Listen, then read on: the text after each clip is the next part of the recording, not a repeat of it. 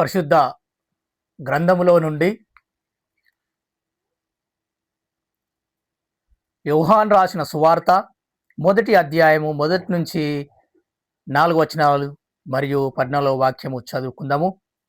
ఆదియందు వాక్యం ఉండెను, వాక్యము దేవుని యొద్ద ఉండెను, వాక్యము దేవుడై ఉండెను. ఆయన ఆదియందు దేవుని యొద్ద ఉండెను, సమస్తమును ఆయన మూలముగా కలిగెను. కలిగి ఉన్నదేదియు ఆయన లేకుండా కలగలేదు. ఆయనలో జీవము ఉండెను, ఆ జీవము మనుషులకు వెలుగై ఉండెను. ఆదియందు వాక్యం ఉండెను, ఆదియందు వాక్యము ఉండెను, వాక్యము దేవుని యొద్ద ఉండెను, వాక్యము దేవుడై ఉండెను. ఆయన దేవుని యొద్ద ఉండెను, సమస్తమును ఆయన మూలముగా కలిగెను. ఆ వాక్యము ఎవరనగా ప్రభువైన యేసు క్రీస్తు.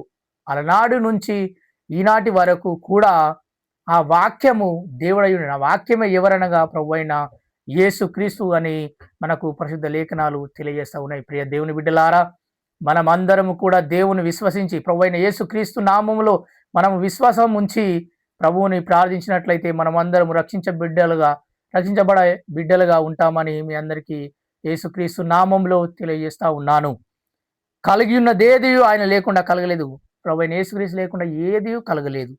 ఆయనలో జీవము ఉండెను, ఆ జీవము మనుషులకు వెలుగై ఉండెను. ఈ లోకాన్ని రక్షించడానికి ఆ జీవం ప్రభువైన యేసుక్రీస్తు ఈ లోకానికి ఒక వెలుగుగా వచ్చి ఈ లోకాన్ని రక్షించే బిడ్డగా మనందరికీ రక్షణలోకి నడిపించే బిడ్డగా మనకు ఒక నిరీక్షణను మనందరికీ ఈ రోజుల్లో మనకు కలిగించాడని నేను ప్రకటిస్తా ఉన్నాను.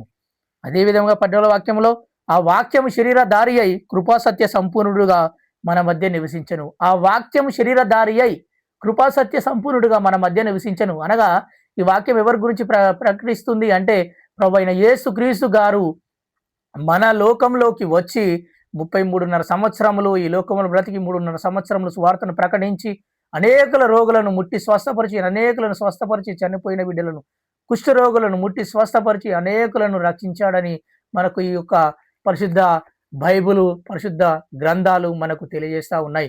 ప్రియ దేవుని బిడ్డలారా, మనము దేవుని మాత్రమే విశ్వసించి దేవుని మాత్రమే నమ్ముకొని ఆయనను అడుగుజాడల్లో నడుచుకొని ఈ లోకంలో మనం బ్రతికిన దినాలు ఏది శాశ్వతం కాదు గనుక ఈ లోకం శాశ్వతం కాదు, మన్నైనది వెనుకటి వలనే మన్నైపోవును, ఆత్మ దాన్ని దయచేసిన దేవుని యొద్దకు మరలిపోవునని ప్రసంగి గ్రంథంలో మనకు తెలియజేస్తా ఉన్నారు. ఈ వాక్యం ద్వారా ఆదియందు వాక్యం ఉండెను, వాక్యం దేవుని యొద్ద ఉండెను, వాక్యమే దేవుడై ఉండెను. ఆ వాక్యం ఎవరనగా ఆ వాక్యం వెలుగై ఉండెను. ఆ వెలుగు ఎవరనగా ప్రభువైన యేసుక్రీస్తు అలనాడు కృపా సత్య సంపూర్ణుడుగా వాక్యమే శరీరధారి అయి మన మధ్య నివసించెను. ఆ వాక్యము ఎవరనగా ప్రభువైన యేసుక్రీస్తు వారని నేను మీకు తెలియజేస్తా ఉన్నాను.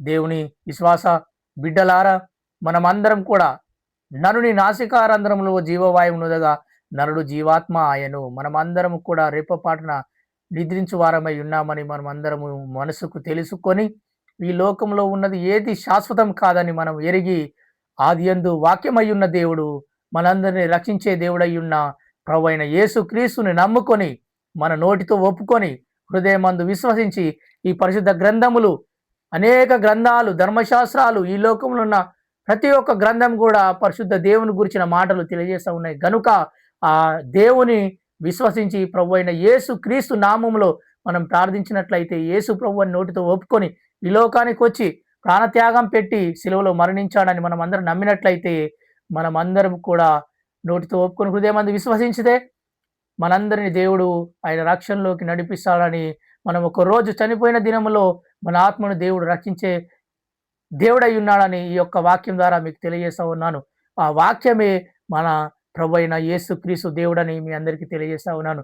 దేవుడి కొద్ది వాక్యంను దీవించి ఆశీర్వదించి మనందరినీ ఈ లోకంలో ఉన్న ప్రతి ఒక్క బిడ్డను ఆయన నమ్ముకున్న బిడ్డలనే కానీ నమ్ముకోలేని బిడ్డలనే కానీ స్త్రీలను కానీ పురుషులను కానీ చిన్న బిడ్డలను కానీ ప్రతి ఒక్క బిడ్డలను ఈ లోకంలో ఉన్న ప్రతి ఒక్క జాతి మత కుల భేదం ఏది లేకుండా ఈ లోకంలో ఉన్న ప్రతి ఒక్క జాతిని ప్రతి ఒక్క మనిషి జాతిని ఈ లోకంలో ప్రతి ఒక్క సృష్టిని దేవుడు ఆశీర్వదించి మన మనుషులందరినీ కూడా ఆయన రక్షణలోకి నడిపించి నిజ దేవుని మనం అందరం కూడా విశ్వాసం ఉంచి బిడ్డలుగా ఆయన మన అందరి హృదయములను ప్రేరేపించును గాక.